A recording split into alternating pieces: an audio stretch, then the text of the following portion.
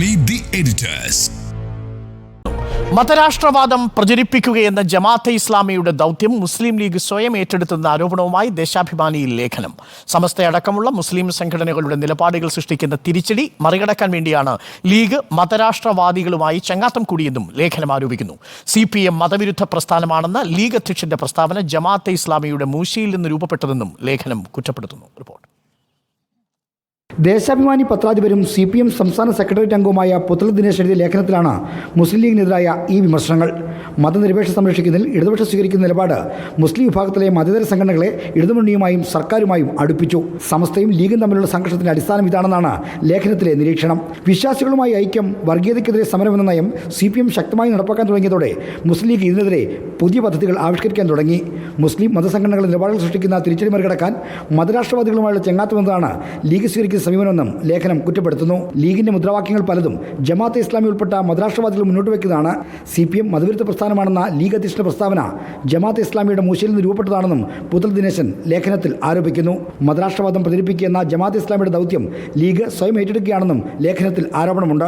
കമ്മ്യൂണിസ്റ്റുകാർ മതനിരാസരാണെന്ന ലീഗ് അധ്യക്ഷന്റെ പ്രസ്താവന ആ പാർട്ടിയെ മതരാഷ്ട്രവാദികളുടെ പാളയത്തിലെത്തിക്കാൻ മാത്രമേ സഹായിക്കൂവെന്നും ലേഖനം ഓർമ്മപ്പെടുത്തുന്നു. നേരത്തെ ലീഗിനെ ലക്ഷ്യം വെച്ച് രാഷ്ട്രീയ തന്ത്രങ്ങൾ രൂപപ്പെടുത്തിയിരുന്ന CPM തിരഞ്ഞെടുപ്പിന് ശേഷം എതിർ സമീപനം സ്വീകരിക്കുന്നത് രാഷ്ട്രീയ കാരണങ്ങൾ കൊണ്ടാണെന്ന് സമർത്ഥിക്കുകയാണ് ലേഖനം ചെയ്യുന്നത്. റിപ്പോർട്ടർ, തിരുവനന്തപുരം. ലീഗിനെ തള്ളിയാൽ നേട്ടമോ എന്നാണ് ചോദ്യം.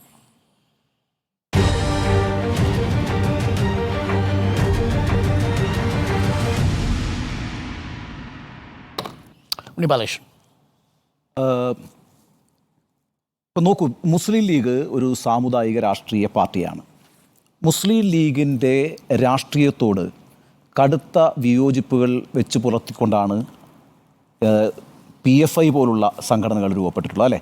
അതേപോലെ തന്നെ വെൽഫെയർ പാർട്ടി, സിമി, ഇങ്ങനെയൊക്കെയുള്ള സംഘടനകൾ രൂപപ്പെട്ടു വന്നിട്ടുള്ളത് ഈ പറയുന്ന മുസ്ലിം ലീഗിന് വേണ്ടത്ര എന്താ പറയുക, ഒരു തീവ്ര സ്വഭാവമില്ല എന്നുള്ള ഒരു കാഴ്ചപ്പാടിൻ്റെ അടിസ്ഥാനത്തിലാണ് ഇത്തരത്തിലുള്ള സംഘടനകൾ രൂപപ്പെട്ടു വന്നിരിക്കുന്നത്. ഇപ്പോൾ ഈ ലേഖനത്തിലൊരു അപകടം എന്ന് പറയുന്നത് അത്തരം മത തീവ്രവാദ വെച്ച് പുലർത്തുന്ന വിഭാഗങ്ങളുമായി ലീഗ് ഐക്യപ്പെടുന്നു എന്നുള്ളതാണ്. ലീഗ് എപ്പോഴും ഈ പറയുന്ന മത തീവ്രവാദ സ്വഭാവത്തിലുള്ള രാഷ്ട്രീയ സംഘടനകളോട്, ഞാൻ പറയുന്നത് മുസ്ലിം സമുദായത്തിൽ നിന്ന് രൂപപ്പെട്ടു വന്നിട്ടുള്ള രാഷ്ട്രീയ സംഘടനകളോട്, പോപ്പുലർ ഫ്രണ്ടിനോട്, വെൽഫെയർ പാർട്ടിയോട്, സിമിയോട് ഒക്കെ കൃത്യമായ അകലം പാലിച്ചിട്ടുള്ള സംഘടനയാണെന്ന് മാത്രവുമല്ല, അങ്ങോട്ടേക്ക് ആളുകൾ ഒഴുകിപ്പോകുന്നതിനെ തടയാൻ കൂടി ശ്രമിച്ചിട്ടുള്ള പാർട്ടിയാണ് മുസ്ലിം ലീഗ്.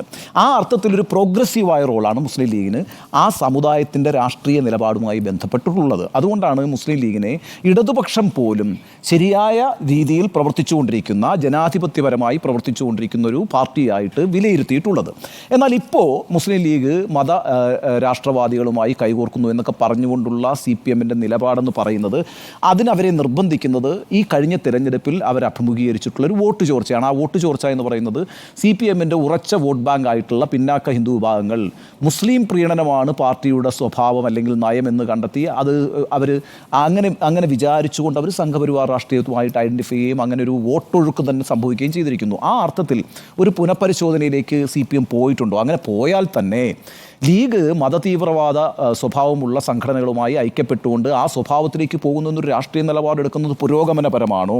അത് ആ പാർട്ടി ആലോചിക്കേണ്ട ഒരു പ്രശ്നമാണ്, CPM ആലോചിക്കേണ്ട ഒരു പ്രശ്നമാണ്. എന്ന് മാത്രമല്ല, ഇപ്പം മുസ്ലിം ലീഗിനെ തള്ളിപ്പറഞ്ഞാൽ, നമ്മുടെ ചോദ്യം ലീഗിനെ തള്ളിപ്പറയുന്നത് രാഷ്ട്രീയ നേട്ടമാകുമോ എന്നുള്ളതാണ്. ലീഗിനെ ഇപ്പോൾ തള്ളിപ്പറയുന്നതുകൊണ്ട് പ്രത്യേകിച്ച് ഒരു രാഷ്ട്രീയ നേട്ടവും ഉണ്ടാകില്ല എന്നാണ് ഞാൻ വിചാരിക്കുന്നത്. കാരണം എന്തിനാണ് ലീഗിനെ ഇപ്പോൾ തള്ളിപ്പറയുന്നത്? ലീഗിനെ തള്ളിപ്പറയുന്നത് ലീഗിനെ പ്രീണിപ്പിക്കുന്ന അല്ലെങ്കിൽ മുസ്ലിങ്ങളെ പ്രീണിപ്പിക്കുന്ന ഒരു രാഷ്ട്രീയമല്ല തങ്ങളുടേത് എന്ന് വരുത്തി തീർക്കാനാണ് എങ്കിൽ ആ രാഷ്ട്രീയം ആണ് CPMൻ്റേത് എന്ന് ബോധ്യപ്പെട്ടുകൊണ്ട് അവിടെ നിന്ന് ഒഴുകിപ്പോയ വോട്ടുകളെ തിരിച്ചു കൊണ്ടുവരാനൊന്നും കഴിയില്ല.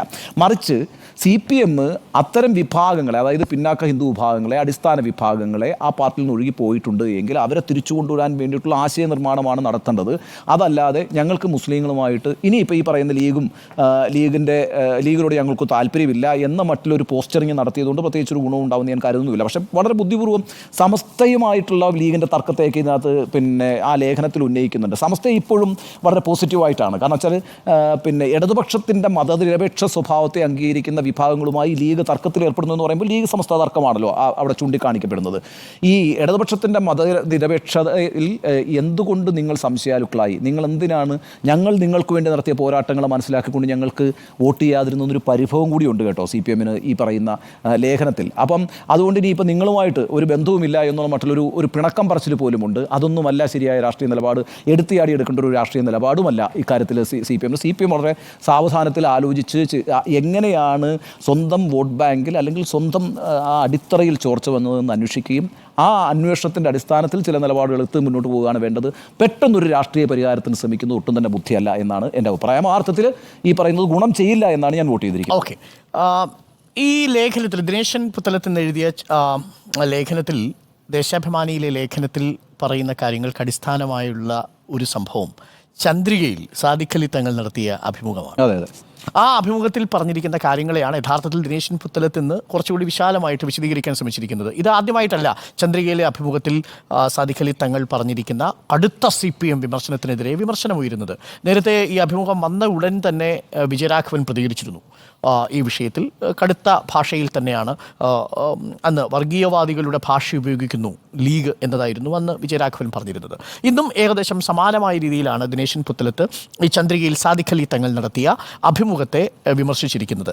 ആ അഭിമുഖത്തിൽ യഥാർത്ഥത്തിൽ പറയുന്നത് എന്താ? പിണറായി വിജയൻ്റെ പോലീസ് RSSന് വിടുപണി ചെയ്യുന്നു, ഇസ്ലാമോഫോബിയ വളർത്താൻ ശ്രമിക്കുന്നു, മതനിരാസമുള്ളവരാണ് കമ്മ്യൂണിസ്റ്റ് പാർട്ടിയിൽ തുടങ്ങിയ കാര്യങ്ങളാണ് അന്ന് ചന്ദ്രികയിലെ അഭിമുഖത്തിൽ സാദിഖ് അലി തങ്ങൾ പറയുന്നത്. ഈ അഭിമുഖമാണ് യഥാർത്ഥത്തിൽ CPMനെ പ്രത്യേകമായി ചൊടിപ്പിച്ചിരിക്കുന്ന ഒരു ഘടകം. രണ്ടാമത്തെ ഘടകം എന്ന് പറയുന്നത് നവോത്ഥാന സമിതിയുടെ അധ്യക്ഷനായ വെള്ളാപ്പള്ളി നടേശൻ നടത്തിക്കൊണ്ടിരിക്കുന്ന ഒരു പ്രസ്താവന പാർട്ടിയെ അല്പം അപകടത്തിലാക്കിയിരിക്കുന്നു എന്നൊരാശങ്ക പാർട്ടി അണികൾക്കുണ്ട്. എന്താണ് മുസ്ലിം മത പ്രീണനം എന്ന് പറയുന്നത്, ന്യൂനപക്ഷ പ്രീണനം എന്ന് പറയുന്നത് പാർട്ടിയിലെ ഭൂരിപക്ഷ വോട്ട് ബാങ്കിനെ ഭിന്നിച്ചേക്കുമോ എന്നൊരാശങ്ക പാർട്ടിക്കുണ്ട്. അതിന് തടയിടുക എന്നതും ഈ പറയുന്ന വിമർശനത്തിൻ്റെ ഒരു ഭാഗമായിട്ട് ഞാൻ മനസ്സിലാക്കുന്നു. അതിൻ്റെ കാരണം ഇപ്പോൾ മുസ്തഫ മുണ്ടുപാറ നടത്തിയ വിവാദമായൊരു പ്രസ്താവനയായിട്ട് പറയപ്പെടുന്നൊരു കാര്യമുണ്ടല്ലോ. യഥാർത്ഥത്തിൽ മുസ്തഫ മുണ്ടുപാറ അങ്ങനെ ഉദ്ദേശിച്ച് പറഞ്ഞതല്ല. മലപ്പുറം അടക്കമുള്ള ഭാഗങ്ങളിലെ ഈ സീറ്റ് വിഭജനവുമായി ബന്ധപ്പെട്ട വിഷയത്തിൽ മുസ്തഫ മുണ്ടുപാറ പ്രതികരിച്ചത് കേരളത്തെ രണ്ടായി വിഭജിക്കണമെന്ന് പറയുന്നവരെ കുറിച്ച് പരാമർശിക്കുന്നുണ്ട്. പക്ഷേ അത് മുസ്തഫ മുണ്ടുപാറ ഏതെങ്കിലും തരത്തിൽ കേരളത്തെ വിഭജിക്കണമെന്നൊരു നിലപാടെടുത്തിട്ടില്ല. പക്ഷേ വളരെ പെട്ടെന്ന് നമ്മൾ കണ്ടത് എന്താണ്? മുസ്തഫ മുണ്ടുപാറയുടെ ഈ പ്രസ്താവനയ്ക്കെതിരെ ശക്തമായി രംഗത്ത് വരികയാണ് CPMൻ്റെ ജില്ലാ കമ്മിറ്റി. അപ്പോൾ അവിടെ മോഹൻദാസ് മലപ്പുറത്ത് വളരെ പെട്ടെന്ന് തന്നെ ഇത് യഥാർത്ഥത്തിൽ ശരിയല്ല, ഇത് തീവ്ര ഭാഷയാണ് തുടങ്ങിയ കാര്യങ്ങൾ പ്രതികരിക്കുന്നു. അപ്പോൾ ഈ രണ്ടു ഘടകങ്ങളും നമ്മുടെ മുന്നിലുണ്ട്. ഒന്ന്, ചന്ദ്രികയ്ക്ക് സാദിഖ് അലി തങ്ങൾ കൊടുത്തിരിക്കുന്ന അഭിമുഖത്തിൽ CPMനെ നിശിതമായി വിമർശിക്കുന്നത് പാർട്ടി കേന്ദ്രങ്ങളെ ചൊടിപ്പിച്ചു. അതിനെതിരെയുള്ളൊരു മറുപടി കൂടിയാണ് ഇന്നിപ്പോൾ ദിനേശൻ പുത്തലത്തിൽ പറയുന്നത്. അതിൽ പറയുന്ന പ്രധാനപ്പെട്ട കാര്യം നോക്കൂ, വളരെ കൗതുകകരമായ ഒരു കാര്യം. മുസ്ലിം ലീഗിനെ കമ്മ്യൂണിസ്റ്റ് പാർട്ടി എക്കാലത്തും വിശേഷിപ്പിച്ചിരിക്കുന്നത് ന്യൂനപക്ഷ സമുദായങ്ങൾക്കിടയിലെ ജനാധിപത്യ പാർട്ടി എന്നാണ്. ന്യൂനപക്ഷങ്ങൾക്കിടയിലെ ജനാധിപത്യ പാർട്ടി എന്നതാണ് CPMന് മുസ്ലിം ലീഗിനെ കുറിച്ചുള്ള രാഷ്ട്രീയ അഭിപ്രായം. എന്നാൽ ഈ ലേഖനത്തിൽ പക്ഷേ ആ ജനാധിപത്യം എന്നുള്ളത് പോവുകയും ന്യൂനപക്ഷങ്ങൾക്കിടയിൽ പ്രവർത്തിക്കുന്ന പാർട്ടി എന്നാക്കി മാറ്റുകയും ചെയ്യുന്നുണ്ട് ദിനേശൻ പുത്തലത്ത്. ആ മാറ്റവും ഒരുപക്ഷെ അദ്ദേഹം അറിഞ്ഞുകൊണ്ട് വന്നൊരു മാറ്റമാണോ? ആ മാറ്റവും കൗതുകകരമാണ്.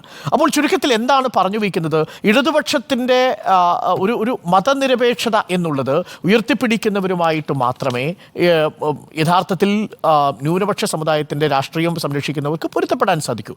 അതുകൊണ്ട് ഇടതുപക്ഷമാണ് എല്ലാ കാലത്തും ഈ ഭൂരിപക്ഷ വർഗീയവാദത്തിനെതിരെയുള്ള ഏറ്റവും ശക്തമായ പ്രതിരോധമെന്ന് ഒരിക്കൽ കൂടി ആവർത്തിക്കുകയാണ് ആ ലേഖനത്തിൽ ചെയ്യുന്നത്. അവിടെ നേരിട്ട് തന്നെ രണ്ടിടത്ത് ഈ സാദിഖ് അലി തങ്ങളെ കുറ്റപ്പെടുത്തുന്നുണ്ട്. മതനിരാസമാണ്, മതവിരുദ്ധതയാണ് ഏതെങ്കിലും തരത്തിൽ പാർട്ടിയുടെ നിലപാട് എന്നൊരു തെറ്റിദ്ധാരണ സാദിഖ് അലി തങ്ങൾക്ക് വേണ്ട.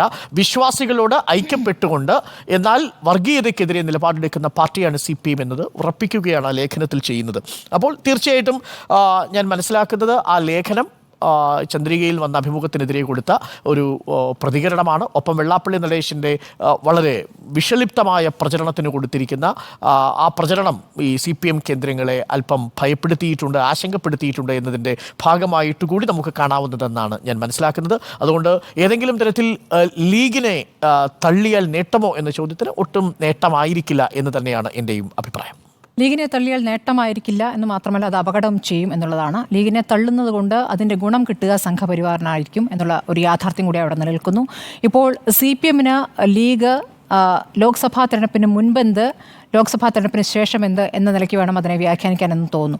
കാരണം ഇപ്പോൾ മതരാഷ്ട്രവാദം ഉയർത്തുന്നവരുമായി കൂട്ടുചേർന്ന് പ്രവർത്തിക്കുന്നവരാണ് മുസ്ലിം ലീഗ് എന്നൊരു അഭിപ്രായം തെരഞ്ഞെടുപ്പിന് തൊട്ട് മുമ്പ് വരെ CPM നടത്തിയിരുന്നില്ല. CPM ലീഗുമായി ബന്ധപ്പെട്ട് ലീഗ് ഇങ്ങോട്ട് വന്നാൽ കൊള്ളാമെന്നുണ്ടായിരുന്നു. അത്തരത്തിലുള്ള പ്രതികരണങ്ങൾ EP അടക്കം നടത്തിയിരുന്നതാണ്. ലീഗ് UDF നിൽക്കേണ്ട ഒരു പാർട്ടിയല്ല എന്ന് പല ഘട്ടത്തിൽ പറഞ്ഞിട്ടുണ്ട്. പിന്നീട് ആ തന്ത്രം നടപ്പാകാതെ വന്നപ്പോൾ ലീഗിൻ്റെ ഏറ്റവും പ്രധാനപ്പെട്ട സംഘമായ സമസ്തയെ രണ്ടാക്കാനുള്ള ശ്രമം നടന്നു. സമസ്തയിൽ ഒരു വിഭാഗത്തെ ഇങ്ങോട്ട് എത്തിക്കാനുള്ള പിന്തുണ നേടാനുള്ള ഒരു സാഹചര്യം ഒരുങ്ങുകയും ചെയ്തു. പക്ഷെ അതൊന്നും തിരഞ്ഞെടുപ്പിൽ നേട്ടമായില്ല എന്നൊരു യാഥാർത്ഥ്യം അവിടെ നിൽക്കുന്നു. അപ്പോൾ പാണക്കാട് തങ്ങൾ ഈ തെരഞ്ഞെടുപ്പിന് ശേഷം ചന്ദ്രികയിൽ നടത്തിയ അഭിമുഖത്തിൽ അപ്പോഴാണ് ലീഗും CPM-നെതിരെ അതിശക്തമായ പ്രതികരണത്തിലേക്ക് വരുന്നത്. കാരണം അതിനു മുമ്പ് സമസ്തയിൽ ഒരു വലിയ വിഭാഗം തന്നെ പോയേക്കുമോ എന്നുള്ള ആശങ്ക ലീഗിനും ഉണ്ടായിരുന്നു. അതുകൊണ്ട് ലീഗ് ആ ഘട്ടത്തിൽ CPM-നെതിരെ അതിശക്തമായി പ്രതികരിച്ചിട്ടില്ല. അപ്പോൾ ഈ ചന്ദ്രികയിൽ നൽകിയ അഭിമുഖത്തിൽ CPM മതവിരുദ്ധ പ്രസ്ഥാനം എന്ന് പറയുന്നുണ്ട്. CPM മതവിരുദ്ധ പ്രസ്ഥാനം എന്ന് പറയുന്നത് ആണ് ഒരു പ്രധാനപ്പെട്ട വിഷയമായി കാണുന്നത്. ഇപ്പോൾ ആദ്യം തന്നെ വന്ന പ്രതികരണം ആരുടെയാണ്? പിണറായി വിജയൻ്റെയാണ്. ലീഗ് ഇതുവരെ ഇല്ലാത്ത ഭൂരിപക്ഷത്തിൽ വിജയിച്ച ലീഗിന് മുഖം നഷ്ടപ്പെട്ട പാർട്ടി എന്ന് പറയുന്നു. അതിനുശേഷം പാർട്ടി സെക്രട്ടറിയുടെ ലേഖനം വരുന്നു. അതിനുശേഷമാണ് ഇപ്പോൾ പുത്തലത്ത് ദിനേശിൻ്റെ ലേഖനം. പാർട്ടി സെക്രട്ടറിയുടെ ലേഖനത്തിൽ പറയുന്നതിലേക്ക് വരുന്നതിന് മുമ്പ് ഇപ്പോൾ ഈ മതരാഷ്ട്രവാദം എന്ന് പറയുന്നുണ്ട്. ജമാഅത്തെ ഇസ്ലാമിക്ക് ഒരു രാഷ്ട്രീയ പാർട്ടി ഉണ്ടാകുന്നതിന് മുമ്പ് ജമാഅത്തെ ഇസ്ലാമി പല ഘട്ടങ്ങളിലും CPM-നെ പിന്തുണച്ചിട്ടുണ്ട്. അന്നൊന്നുമില്ലാത്ത മതരാഷ്ട്രവാദം അവരുടെ മുന്നിൽ ചുമത്തുമ്പോൾ ഇപ്പോൾ ഈ ജമാഅത്തെ ഇസ്ലാമി ആയാലും സോളിഡാരിറ്റി ആയാലും SDP ആയാലും ഇപ്പോൾ ഇവിടെ നിരോധിക്കപ്പെട്ട സംഘടനകൾ, പാർട്ടികളല്ല ഇവരൊന്നും, അല്ലേ? നിരോധിക്കപ്പെട്ടിട്ടില്ല. അല്ല, നിരോധിക്കപ്പെട്ട പാർട്ടി വെൽഫെയർ പാർട്ടി നിരോധിക്കപ്പെട്ടില്ല. അപ്പോൾ നിരോധിക്കപ്പെടാത്ത ഒരു പാർട്ടിയെ ഈ നിരോധിക്കപ്പെട്ടിട്ടുണ്ട്. ഏതാണ്? പോപ്പുലർ ഫ്രണ്ടാണ് നിരോധിക്കപ്പെട്ടത്. ഞാൻ പറഞ്ഞു നിരോധിക്കപ്പെടാത്ത പാർട്ടികളെ RSS-നെ കാണുന്നത് പോലെ തന്നെ കാണേണ്ടതുണ്ട്. അപ്പോൾ RSS-നോടുള്ള വിമർശനം കുറയുകയും ഇപ്പുറത്ത് വിമർശനം കൂടുകയും ചെയ്യുന്നത് അത്ര ശരിയായ സമീപനമായിട്ട് ഞാൻ കാണുന്നില്ല. ഇനിയിപ്പോൾ മുസ്ലിം ന്യൂനപക്ഷത്തിൻ്റെ ഏറ്റവും വലിയ സംരക്ഷകർ എന്ന വാദം CPM ഉന്നയിക്കുമ്പോൾ ആ സംരക്ഷകരാണ് എന്ന തോന്നൽ അവർക്ക് ഇല്ലാതിരുന്നത് കൊണ്ട് അവരെ സംബന്ധിച്ച് അവരുടെ വിശ്വാസമായി മുന്നോട്ട് പോകാൻ കഴിയുക, അവരുടെ അരക്ഷിതാവസ്ഥ ഇല്ലാതാക്കുന്ന ഒരു സാഹചര്യം ഉണ്ടാകുക, അവിടെയാണ് അവർ വോട്ട് ചെയ്യുക. അങ്ങനെ ഒരു അവസ്ഥ CPM-ന് ഇവിടെ സൃഷ്ടിക്കാൻ കഴിയും, ഈ തെരഞ്ഞെടുപ്പിൽ സൃഷ്ടിക്കാൻ കഴിയുമെന്നുള്ള പ്രതീക്ഷ അവർക്ക് ഇല്ലാതിരുന്നത് കൊണ്ട് അവർ പ്രതീക്ഷ അർപ്പിച്ചിടത്തേക്ക് വോട്ട് ചെയ്തു. അതാണ് യഥാർത്ഥത്തിൽ ഉണ്ടായിരിക്കുന്നത്. ഇനി ഈ വിഷയത്തിൽ എങ്ങനെയാണ് ഇപ്പോൾ ലീഗുമായി ബന്ധപ്പെട്ട് നേരത്തെ EMS ശരീരത്തുമായി ബന്ധപ്പെട്ട ഒരു നിലപാടെടുത്ത ഘട്ടത്തിലാണ് അഖിലേന്ത്യാ ലീഗ് LDF വിട്ടുകൊണ്ട് പിന്നെ ഇന്ത്യൻ യൂണിയൻ മുസ്ലിം ലീഗിൽ ലയിക്കുന്നത്. അന്നത്തെ മുസ്ലിം ലീഗ് വിരുദ്ധ സമീപനം ഹിന്ദു വോട്ടുകൾ CPM-ലേക്ക് വരാൻ സഹായകമായിട്ടുണ്ട് എന്നൊരു വിലയിരുത്തൽ അന്ന് പാർട്ടി നടത്തിയിരുന്നു.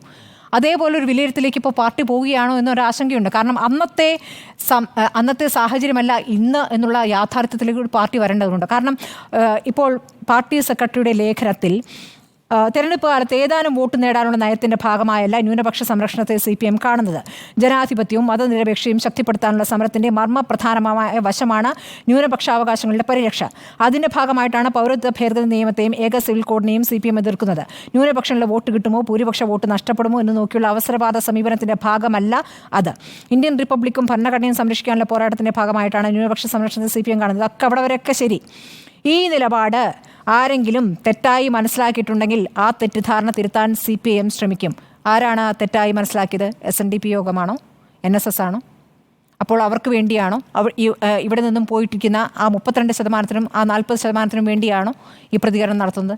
അങ്ങനെയെങ്കിൽ ഈ പ്രതികരണം ഇപ്പോൾ നടത്തുമ്പോൾ അത് ആരെയാണ് സഹായിക്കുക? അത് പാർട്ടി ആലോചിക്കേണ്ടതാണ്. ഈ തുടരെ മുസ്ലിം ലീഗിനെതിരെയുള്ള ലേഖനം ഒരു തരത്തിലും CPM-ന് ഗുണം ചെയ്യാൻ പോകുന്നു. പക്ഷേ തുടങ്ങിയത് സാദിഖ് അലി തങ്ങൾ പറയുന്നത് മതവിരുദ്ധ പ്രസ്ഥാനമാണ് എന്ന് പറയുന്നു. RSS-ന് വിടുപണി ചെയ്യുന്നു എന്ന് പറയുന്നു. ശരി, ഈ മതവിരുദ്ധ ഒരു മിനിറ്റ് ഇസ്ലാമോഫോബിയ അങ്ങനെയൊന്നും പറഞ്ഞിട്ടില്ല. ഒരു മിനിറ്റ്, അത് മാത്രമേ കാണരുത്. നിങ്ങൾ അങ്ങനെയാണെങ്കിൽ പറയുന്നെങ്കിൽ ഇവിടെ ചില പരിഷ്കരണങ്ങൾ നടത്താൻ ശ്രമിച്ചിരുന്നു CPM. വിദ്യാഭ്യാസ വകുപ്പ്, ഇവിടെ gender neutral uniform, sex education, ഇതിൽ നിന്ന് പിന്നാക്കം പോയത് ലീഗ് പറഞ്ഞിട്ടാണോ? പാർട്ടി നിലപാടെടുത്തല്ല. അങ്ങനെ പറയല്ലേ. ഇവിടെ സംസ്ഥാന സർക്കാർ അവർക്ക് അല്ല ഇങ്ങനെയുള്ള കാര്യങ്ങൾ പരിഷ്കരണങ്ങൾ കൊണ്ടുവരാൻ പാർട്ടി ആലോചിക്കുന്നു, സർക്കാർ ആലോചിക്കുന്നു. അതിൽ നിന്ന് എങ്ങനെയാണ് പിന്നാക്കം പോയതെന്നാണ് എന്റെ ചോദ്യം. പിന്നാക്കം പോയത് സമസ്ത അടക്കമുള്ള വിഭാഗങ്ങളുടെ RSS നല്ലല്ലോ പറഞ്ഞത്. അത് സ്വാഭാവികമായി ഞാൻ പറഞ്ഞത് ലീഗിന്റെ സമ്മർദ്ദത്താലല്ലോ, ഈ സമസ്തയുടെ സമ്മർദ്ദത്താൽ ഈ കാര്യങ്ങളൊക്കെ മാറിയില്ലേ? മാറിയിട്ടില്ലേ? അതെ. ആ നടപടികളിലേക്ക് പോയിട്ടില്ലേ? അതെ. അപ്പോൾ അവർക്കെതിരെ വിമർശനമുണ്ടോ? സമസ്തയ്ക്കെതിരെയോ? അല്ല, CPM വിമർശനമുണ്ടോ? ഇല്ല. അതിന് സുപ്രഭാതത്തിലെ വിമർശനത്തിനെതിരെ ഒന്നും അവർ പ്രതികരിച്ചില്ല. ഇതിനകത്ത് എന്താ പറഞ്ഞിരിക്കുന്നത്? RSSന് വേണ്ടി വിടുപണി ചെയ്യുന്ന, ഇസ്ലാമോഫോബിയ ഉണ്ടാക്കുന്ന, മതനിരാസമുള്ള, ഞാൻ ചോദിക്കുന്നത്, ഈ സമസ്തയുടെ പിന്തുണ നേടാൻ ശ്രമിക്കുമ്പോഴും ഈ നിലപാടുകളിൽ നിന്ന് വിപ്ലവകരമായി ഈ തീരുമാനങ്ങളിൽ നിന്ന് പിന്നാക്കം പോയിട്ടാണ് ഈ പിന്തുണ തേടാൻ CPM ഇതിനകത്തൊരു പ്രശ്നം എന്താ അറിയോ? എന്നിട്ട് സ്മൃതി പറഞ്ഞ എനിക്ക് മനസ്സിലായി. അതിനകത്തൊരു പ്രശ്നം എന്താണെന്ന് വെച്ച് കഴിഞ്ഞാൽ, ഈ പാർട്ടി എപ്പോഴാണ് ഈ വിഷയത്തിൽ പ്രതികരിച്ചു തുടങ്ങിയത്? ഈ ലേഖനം വരുന്നത് വരെ പാർട്ടി ലീഗിനെതിരെ ശക്തമായ നിലപാടൊന്നും എടുത്ത് പൊതുസമൂഹ മധ്യത്തിൽ വന്നിട്ടില്ല. ശരിയാണ്, ലീഗ് പ്രതീക്ഷിച്ചതുപോലെ ഇത്തവണ CPM അനുകൂലമായിട്ട് മുസ്ലിം സമുദായം വോട്ട് ചെയ്തിട്ടില്ല. അതവിടെ കിടക്കുന്നു. ഞാൻ അതാണ് നേരത്തെ സൂചിപ്പിച്ചത്. 2 കാരണങ്ങളുണ്ട്. അതിലൊരു കാരണം ഈ സാദിഖ് അലി തങ്ങൾ നൽകിയ അഭിമുഖമാണ്. രണ്ടാമത്തത് നേരത്തെ സൂചിപ്പിച്ച പോലെ വെള്ളാപ്പള്ളി നടേശൻ ഉയർത്തിവിട്ടിരിക്കുന്ന ഒരു ആശങ്ക പാർട്ടിയിൽ ഒരു അരക്ഷിതാവസ്ഥ സൃഷ്ടിച്ചിട്ടുണ്ട്. അതാണ് ഒന്നാമത്തേത്. അതില്ലെന്ന് ഞാൻ പറഞ്ഞില്ല. പക്ഷേ ഇതിന്റെ പെട്ടെന്നുള്ള കാരണമാണ് ആ ലേഖനത്തിൽ 2 ഇടത്താണ് സാദിഖ് അലി തങ്ങളെ വിമർശിച്ചിരിക്കുന്നത്. ഈ മതനിരാസം അത് ലീഗ് എടുത്തിരിക്കുന്ന ഒരു നിലപാടാണ്. 1967 കേരളത്തിൽ ലീഗ് ആരെയാ പിന്തുണച്ചത്? ഇതേ CPM അല്ലേ പിന്തുണച്ചത്? പിന്നെന്താ അന്നില്ലാത്ത മതനിരാസം എന്താ ഇപ്പോൾ? അതാണ് ചോദ്യം. അതാണ് പത്രത്തിൽ എഴുതിയിരിക്കുന്നത്. അപ്പോൾ ചോദ്യം ഇതാണ്, ലീഗിനെ തള്ളിയാൽ നേട്ടമോ എന്നതാണ് ചോദ്യം. നമ്മൾ 3 പേരും പക്ഷേ തള്ളിയാൽ നേട്ടമല്ല.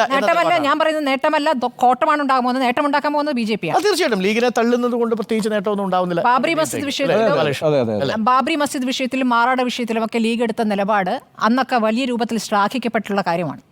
INL വേറൊരു നിലപാടും എടുത്തിട്ടുണ്ട് ആ ഘട്ടത്തിൽ. അതും നമുക്കറിയാവുന്നതാണ്. ആ ഘട്ടം INL എടുത്തിട്ടുണ്ട്. പക്ഷേ ആ സമയത്ത് ഒരു തീവ്രമായ നിലപാടെടുത്തിരുന്നെങ്കിൽ ലീഗിനെ നിങ്ങൾ തീവ്രവാദ പാർട്ടി എന്ന് പറയും. തീർച്ചയായിട്ടും അതാണ് ഇപ്പോൾ പത്രത്തിൽ ആ സംയമനം ലീഗ് എല്ലാ കാലത്തും ജമാഅത്തിന്റെ ഭാഷ ഇത്തരം വർഗീയ സംഘർഷങ്ങൾ ഉണ്ടാകുന്ന ഘട്ടത്തിലൊക്കെ സംയമനം ലീഗ് എടുത്തിട്ടുണ്ട്. ഉണ്ട്, അതിനകത്ത് സംശയമൊന്നുമില്ല. പക്ഷേ ജമാഅത്തിന്റെ ഭാഷ ലീഗിന് വരരുത് എന്നതാണ് ആ ലേഖനം. എവിടെയാണ് ആ ഭാഷ? അതാണ് നേരത്തെ സൂചിപ്പിച്ചത്. ഇപ്പം CPM RSSന് വിടുപണി ചെയ്യുന്നു എന്നൊരു നിലപാട് താങ്കൾക്കില്ലല്ലോ. ഇസ്ലാമോഫോബിക് ആണെന്നൊരു നിലപാട് താങ്കൾക്കില്ലല്ലോ. അത് ആ BJPക്ക് വേണ്ടി ലീഗ് നിന്നു എന്നുകൂടിയുണ്ട് പുത്തലത്തിന്റെ ലേഖനത്തിൽ. അതും കൂടെ അത് ആരെയാണ് സഹായിക്കുക എന്നതാണ് പറഞ്ഞിരിക്കുന്നത്. ഒരു പക്ഷത്ത് ന്യൂനപക്ഷ തീവ്രവാദം ശക്തമാകുമ്പോൾ മറുഭാഗത്ത് ഭൂരിപക്ഷ തീവ്രവാദം ശക്തമാകും. സ്വാഭാവികമല്ലേ? അപ്പോൾ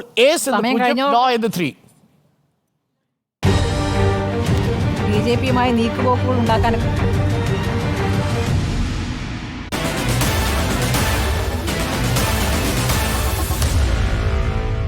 Meet the editors.